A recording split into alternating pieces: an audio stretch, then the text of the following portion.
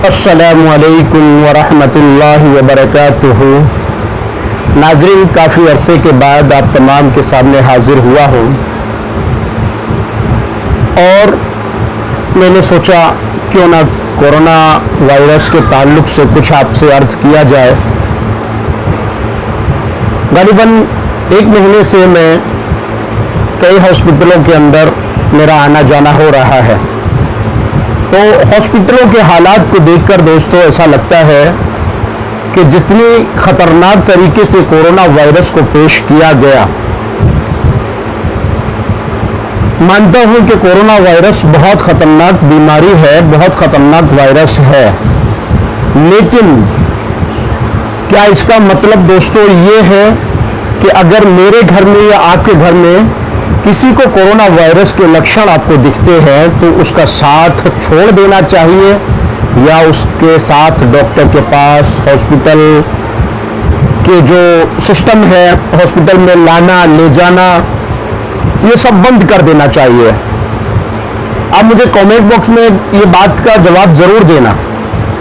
कि अगर आपको लगता है कि आपके घर के अंदर किसी को कोरोना पॉजिटिव आया तो उसको छोड़ देना चाहिए, उसके छोड़ने से आपकी जान बच सकती है, आपकी जान को खतरा टल जाएगा। मानता हूं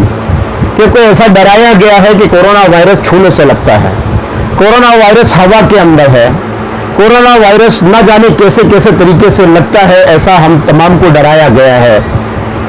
मैं एक ही बात मानता हूं कि कोरोना वायरस बीमारी है, नो डाउट, इसमें कोई शक नहीं है, लेकिन ये कोरोना वायरस कैसे लगता है इसकी पुष्टि अभी तक नहीं हो पाई है। कोरोना वायरस हवा के अंदर है या कोरोना वायरस किसी को छूने से, किसी के हाथ से हाथ मिलाने से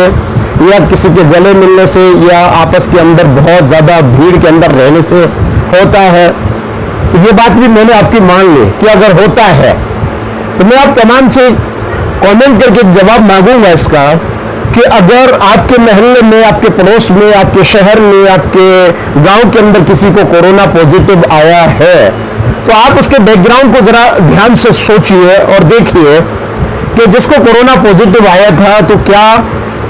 उसने जिन लोगों को टच किया था उन सबको कोरोना पॉजिटिव आया था? दोस्तों, अगर सबको पॉजिटिव नहीं आया था तो कोरोना बीमारी जितनी खतरनाक तरीके से हम तमाम के सामने पेश की जा रही है उतनी खतरनाक है नहीं। अब दूसरे मुद्दे की तरफ चलते हैं कि कोरोना वायरस के पेशेंट जितने हॉस्पिटल के अंदर जाते हैं उसके मुकाबिल में जो डेथ होती है, जो लोग मरते हैं कोरोना की वजह से, तो मेरे अनुभव के मुताबिक मैंने जो देखा है उनको सही इलाज और वक्त पर इलाज न मिलने की वजह से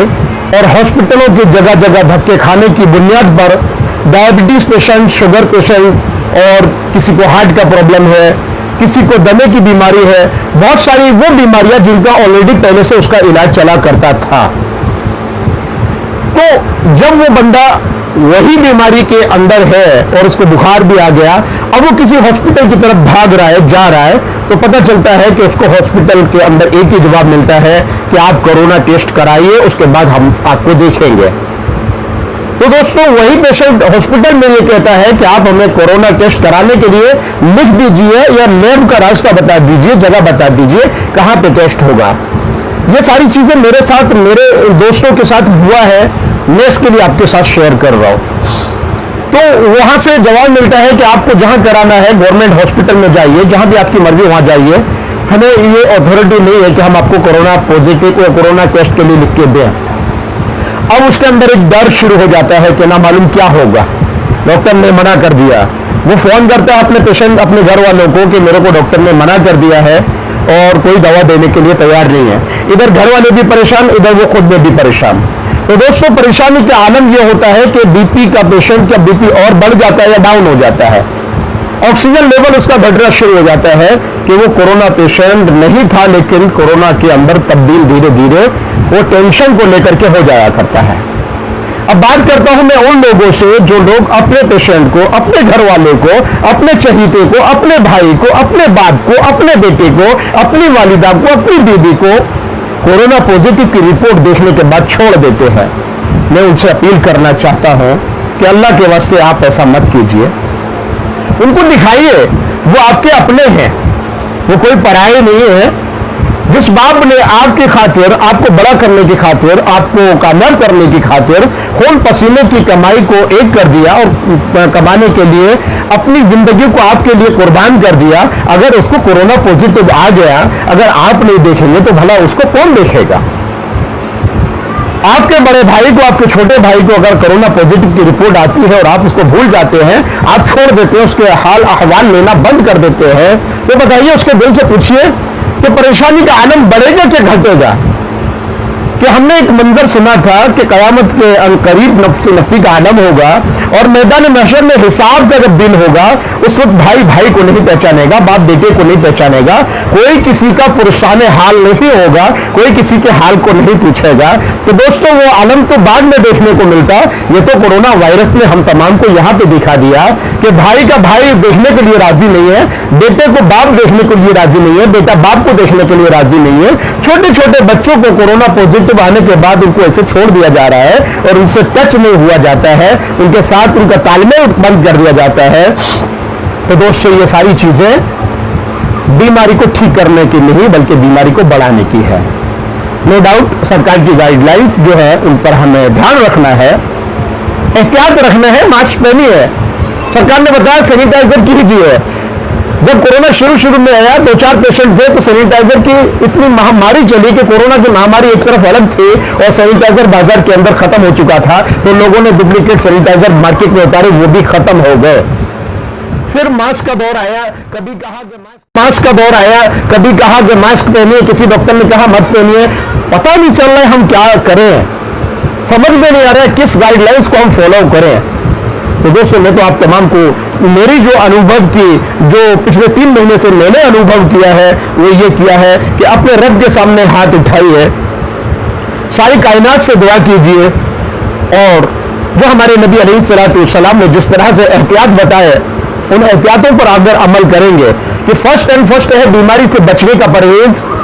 फिर बीमारी लग जाती है तो बीमारी किन चीजों से दूर होगी, तो डॉक्टर की गाइडलाइंस का जो है हमें तरीका इस्तेमाल करना है। और अगर गवर्नमेंट ने कहा है कि मास्क पहनिए तो पहनिए, सोशल डिस्टेंसिंग रखनी है तो रखिए, कोई बुरी बात नहीं, रख सकते हैं, लेकिन उसका मतलब ये नहीं है कि आप अपने अपने को भूल जाएं, अपने चहेते को छोड़ दें, अपने घर वालों को भूल जाएं। अगर किसी को पॉजिटिव आया है तो दोस्तों उस वक्त में आपकी मदद की उसको जरूरत है, आप उसको ऐसे मत भुला दीजिए। अल्लाह हिफाजत करे हमारे इस माहौल की, कि जिस माहौल के अंदर ऐसा डर बैठ गया है कि कोरोना बहुत खतरनाक बीमारी है। अगर दोस्तों खतरनाक बीमारी होती तो कोरोना पॉजिटिव आने से पहले वो अपने फैमिली के हर मेंबर से मिल चुका होता है। अगर मिलने से इतना खतरा होता तो फैमिली का हर पेशेंट उस बीमारी के अंदर हर शख्स उस बीमारी के अंदर मुब्तला होता। तो पता चला कि इसका आज तक किसी को आइडिया नहीं लगा है कि कोरोना बीमारी कैसे फैल रही है। मेरी बातें जिसको कड़वी लगे माफ करना, मैं सिर्फ इसलिए वीडियो आपके पास शेयर करूंगा कि आप अपने को मत भूलिए। बीमारी है, मुझे एतराज नहीं, और बहुत खतरनाक बीमारी है। जिन पर गुजरा है उनके मैंने इंटरव्यू लिए हैं, उन्होंने बताया और उनको मैंने देखा, बीमारी से पहले भी देखा, बीमार के बाद देखा। हालात ऐसे आते हैं कि उसकी जिंदगी को चकनाचूर करके ये बीमारी रख देती है, और उससे कहीं ज्यादा चकनाचूर करने वाली वजह है वो है उसके अपने उससे दूर हो जाते हैं, उसके हमसाया उससे दूर हो जाते हैं, उसकी मदद करने वाले उसके साथ छोड़ देते हैं, डॉक्टर उसको देखने के लिए राजी नहीं है। 2-4 चंद डॉक्टर हैं जो मार्केट के अंदर अल्लाह के लिए काम कर रहे हैं और अपनी जात को उनके लिए कुर्बान कर दिया है। उन डॉक्टरों ने सलाम पेश करता हूं ऐसे डॉक्टरों के लिए जो ऐसे डर के माहौल के अंदर भी अपने आप को पेशेंट के बीच में रह करके पेशेंट का इलाज कर रहे हैं। और वल्लाह खुदा की कसम, मैं कसम खा के ये बात कह सकता हूं कि उस बीमारी ने उनको नहीं छुआ है जिन्होंने अल्लाह के डर की वजह से पेशेंट का इलाज किया है। कि अल्लाह ने हमें हुनर दिया है, हमारा काम है पेशेंट का इलाज करना, और जो बहुत ज्यादा डरे हैं उनके साथ ज्यादा हालात आए हैं, ऐसा देखने को मिला है। तो हमें डरना भी है, एहतियात भी करना है, लेकिन अपनों को नहीं छोड़ना है। मेरा मकसद खास वीडियो बनाने का सिर्फ ये है, मेरा मकसद ये नहीं कि आप सैनिटाइजर छोड़ दीजिए, मास्क लगाना छोड़ दीजिए, सोशल डिस्टेंसिंग खत्म कर दीजिए, नहीं, वो सब कीजिए,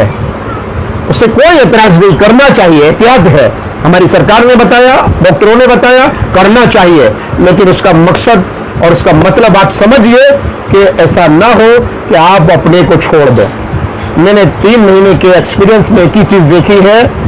कि सबसे पहले उसके अपने छूट जाते हैं, और जब अपने छूट जाते हैं तो उसके ऊपर जो है टेंशन हावी हो जाता है,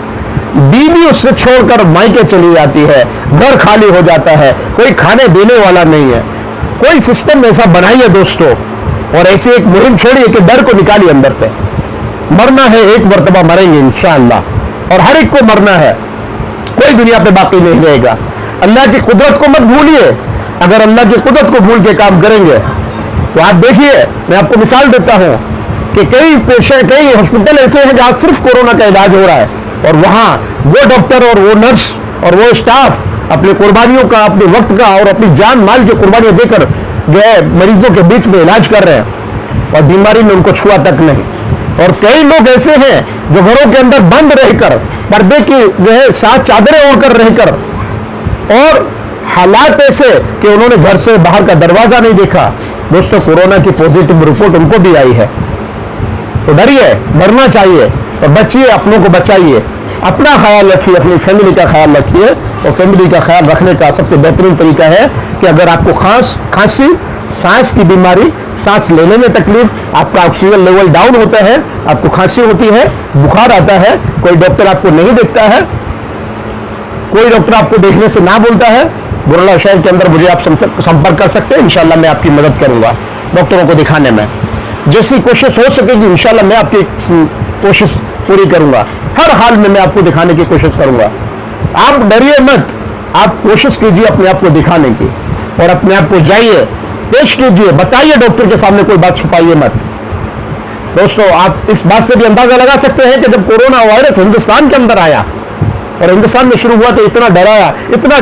डरे कि हालात ऐसे आए कि सारे हॉस्पिटलों को बंद कर दिया गया। आज अगर वो हॉस्पिटल बंद नहीं होते और उनके अंदर इलाज आम बीमारियों का हो रहा होता तो इतना कोरोना वायरस नहीं फैलता। जितना कोरोना वायरस से लोग नहीं मर रहे, उतना अटैक डर की वजह से, ब्लड प्रेशर हाई होने की वजह से, शुगर की वजह से, डायबिटीज बढ़ जाने की वजह से, या और तमाम बीमारियों की वजह से लोग इसलिए मर रहे कि उनका इलाज प्रॉपर नहीं हो पा रहा है। तो मैं डॉक्टरों से और उन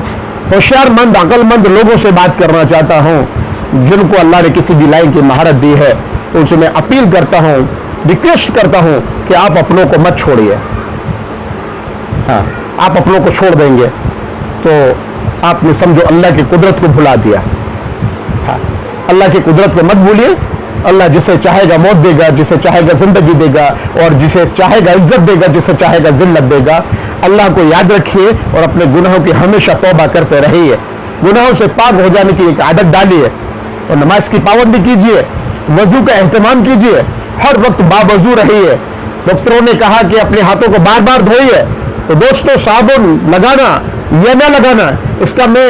आपको बात चर्चा नहीं करता, बल्कि 5 वक्त जो बंदा हाथ धोएगा, 5 वक्त जो बंदा चेहरा धोएगा, 5 वक्त जो बंदा वजू के अंदर पैरों को धोएगा, तो जो आज़ा हमारे खुले हुए हैं, जो चीजें हमारी खुली हुई हैं, वो अगर 5 वक्त धुलती रहेंगे, उसके अलावा खाने के टाइम पर धोएंगे, उसके अलावा हम 1-2 मरतबा और धो लेंगे, खुदा की कसम कोरोना वायरस आपको टच नहीं करेगा।